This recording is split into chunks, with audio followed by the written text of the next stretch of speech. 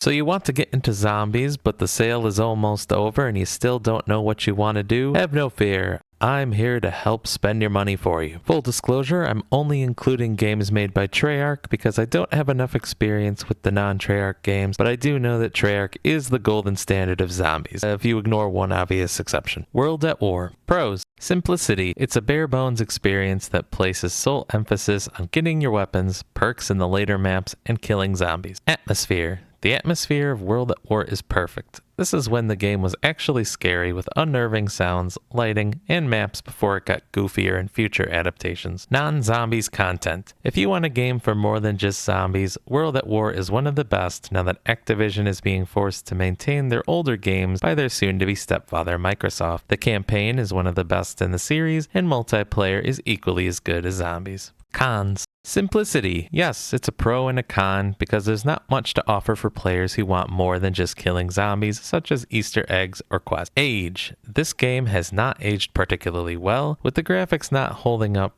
compared to modern examples. The movement is clunky, the zombies are clunky, and there are a number of glitches that you can find yourself exploiting. Poor weapon viability. It's easy to tell what's good in World at War because almost everything is pretty lackluster. Certain examples break through this mold, but most things you'll find yourself struggling. Base game value. World at War does have one of the best campaigns in multiplayers. There is only one map that you'll get if you don't get the DLC. This is further compounded by the fact that the DLC is not on sale, meaning you'll have to shell out an additional $25. Buying score, 2 out of 5. Black Ops. Pros. Base game value. Unlike most zombies games, you get 2 maps and a side mode called Dead Ops Arcade, which is a top-down shooter. Kino der Toten is a classic zombies map, no matter how many mouth breathers call it overrated, and 5 is a banger if you like historical figures shooting an old man in the Pentagon. Wait, what? Map Pack 4 value. Map Pack 4, Resurrection, is perhaps the best value of any one map pack in Call of Duty Zombies history for the price. Not only do you get Moon, one of the more interesting maps in Black Ops 1, but you get remastered versions of the 4 World at War maps. So essentially you're getting World at War with a Black Ops level of shine for what that means for a 13-year-old game. Non-zombies content. Much like World at War, Black Ops has a legitimate case for being one of the best Call of Duties of all time. The campaign is fantastic and the multiplayer is just as good, with zombies being the holy trinity of Black Ops 1. Cons. Age. It hasn't aged unplayably so, but being a 13-year-old game, it shouldn't surprise you that this game is still pretty clunky. The graphics haven't held up either, but that's honestly a problem with most games that try to look more realistic. DLC price. There's no season pass, and the DLC for this game is not on sale. And honestly, I've never seen this DLC go on sale. Now, of course, this is somewhat mitigated by DLC 4 giving you 5 total maps, so in actuality, it may not be that bad. But it is something to keep in mind if you only get the base game at this time. Weapon viability. You'll frequently find yourself having absolutely ineffective weapons pretty much by round 30 or earlier, with the only option being trading your wonder weapon in and out of the mystery box. Something to keep in mind if you don't like a lack of variety.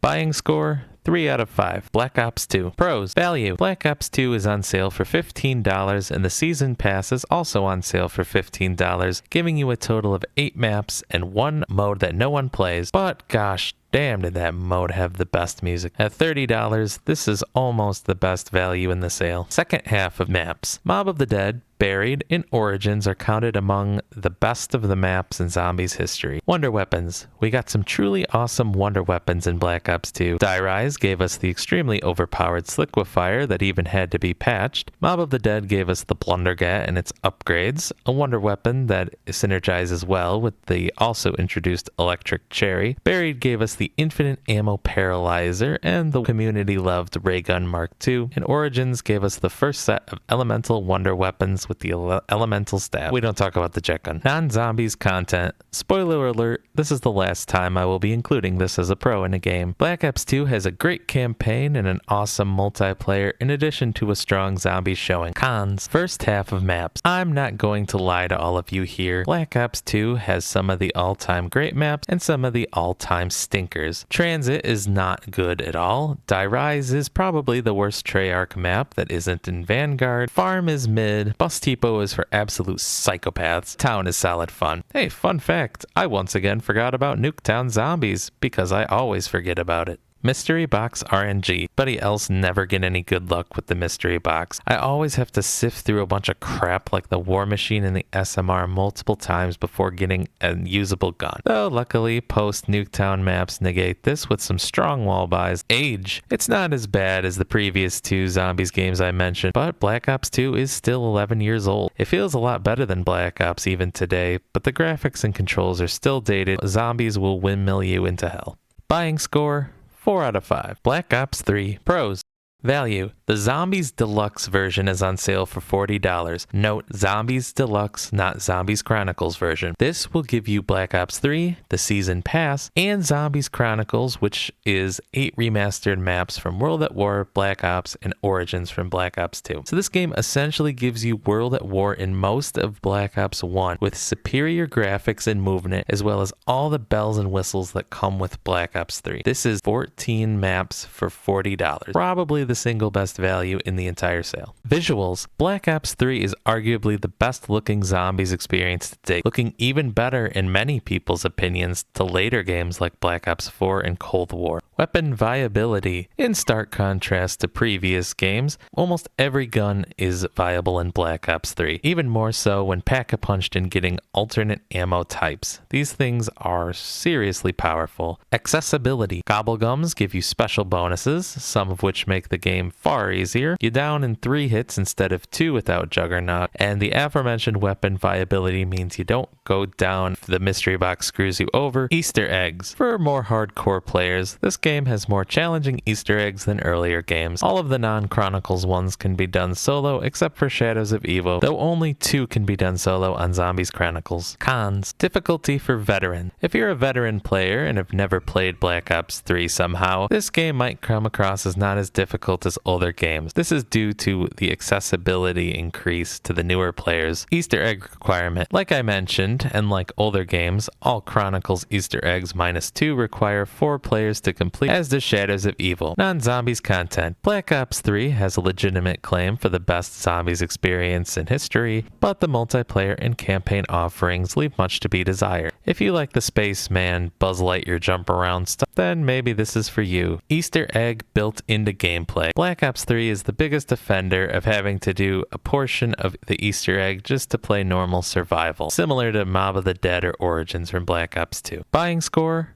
5 out of 5. Black Ops 4. Pros. Average map quality. It's the only game that I will always play every map on, as opposed to all the others where I will only play certain maps. Customization. You can choose which perks you spawn in with and what statue or machine they appear at. You can customize your weapons. You can customize what weapon you spawn in with, what specialist you spawn with, and what equipment you spawn in with. You can greatly customize your rules, including points that you spawn with, damage done, damage received, and friendly fire. You can choose what difficulty you want, from casual all the way up to realistic if you want to circumcise yourself with a chainsaw. You can even play modes like Rush or Gauntlet to spice up your game. Challenging Easter eggs. For those who enjoy Easter eggs, Black Ops 4 has some of the hardest Easter eggs, with Blood of the Dead often being called the most challenging one in history. In addition, maps have dozens of secrets that you can discover and get a plethora of rewards, ranging from things as small as lore all the way to infinite wonder weapon ammo on Dead of the Night. Cons. Remakes. All 4 Ether maps included are remake. While I think 3 of the 4 greatly improve on their original, if you're looking for something original in the Ether story, you won't find it in Black Ops 4.